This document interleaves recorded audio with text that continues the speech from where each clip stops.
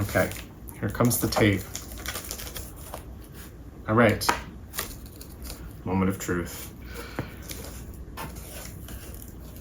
Oh, wow. It's here. I am so excited to announce the official release of... I can't see things up close with my glasses, so I have to do this.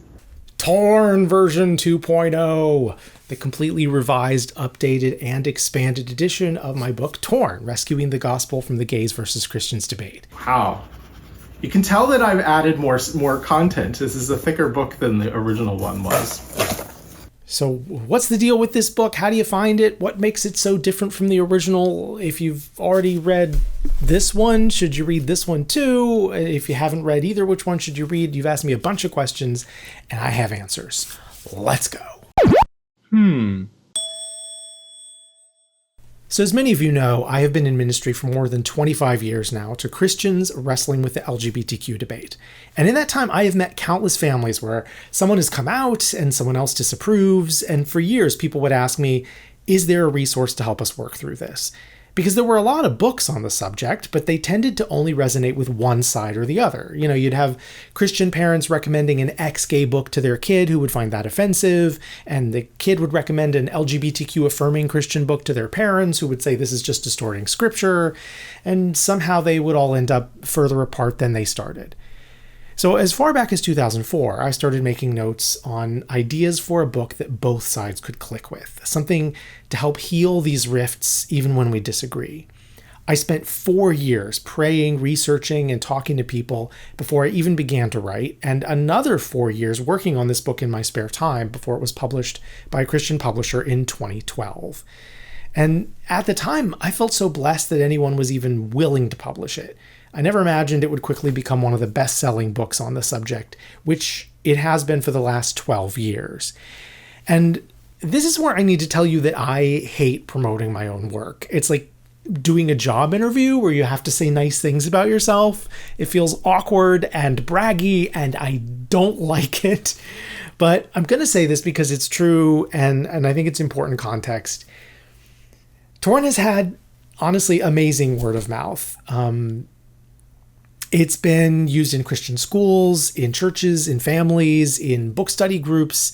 People have even told me that they buy copies by the bunch and then hand them out to Christian friends and family members to help them understand what they're going through. I have been blown away by the response. It has been the biggest blessing of my professional life. But in recent years, I've known that something needed to change. See, I think the core ideas of Torn are as relevant today as ever. But 12 years have given me a lot of time to reflect on things I wish I'd said differently, things I know now that I didn't know then, and even things that just don't land the same way today as they once did. Some of them are small things. Like early in the book, I referenced a 2007 study about young people's views of Christianity. But the young people of 2007 aren't young people anymore. And a lot of the public figures, the pop culture references, and even the terminology from the first book was starting to feel dated. But there were also bigger problems. Like, I quote a lot of scripture in Torn, often from the NIV, the New International Version. But a completely revised edition of the NIV came out right about the same time that Torn was published, which meant that people looking up those passages today would see different text in their Bible than they saw in my book. So if you didn't know that the NIV itself had been changed, you would think that I'd misquoted it. And that was one of many things I really wanted to address.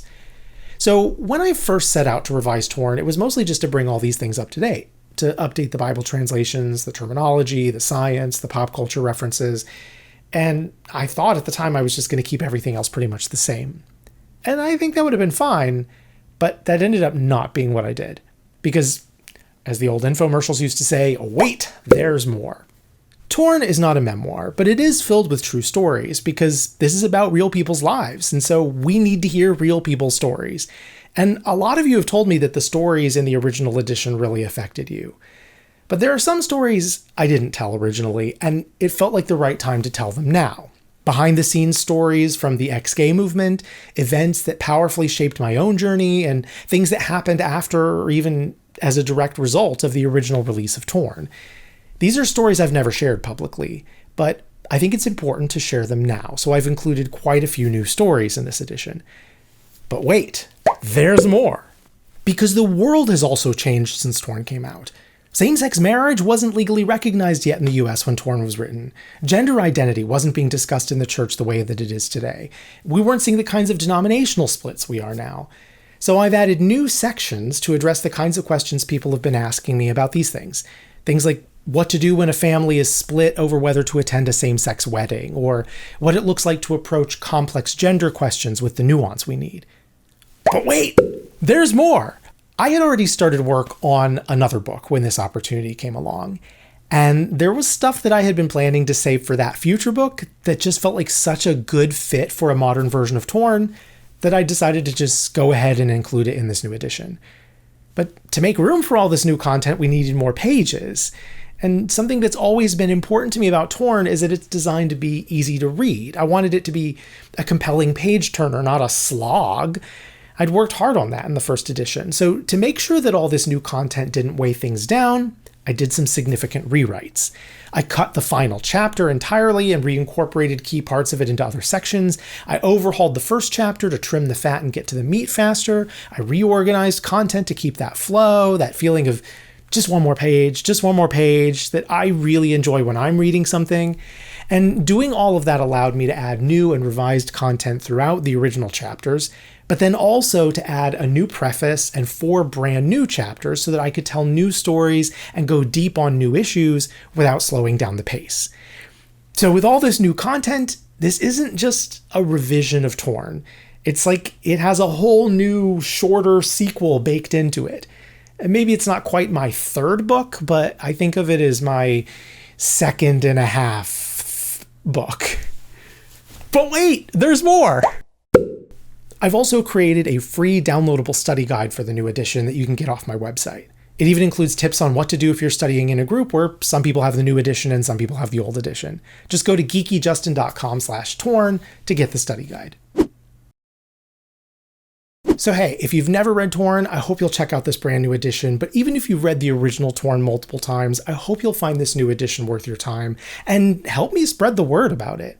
Help me show my publisher that they were right to take a risk on this. I want them to see that people really do still want this kind of nuanced and empathetic Christian message. And you know, just like the first edition, this Torn is Christ-centered, it's biblical, it's filled with empathy for folks on both sides of the debate, and it's easy to read and understand. But this new version continues where the first version stops. It digs into more issues and offers practical guidance for moving this conversation forward. It's got updates on just about every page, new stories, new examples, new introduction, new conclusion, and 4 brand new chapters to better address today's needs. I will forever be indebted to this original edition and everyone who made this happen, because without this, we never would have had this. But going forward, as much as I love this one, and I do, in my mind, this is going to be the definitive edition of Torn, written for the church of today, not the church of 12 years ago. Torn, version 2, is out today in bookstores everywhere. I hope you'll get a copy and share it with everyone you know. You can find direct links and a free downloadable study guide on my website at geekyjustin.com/torn.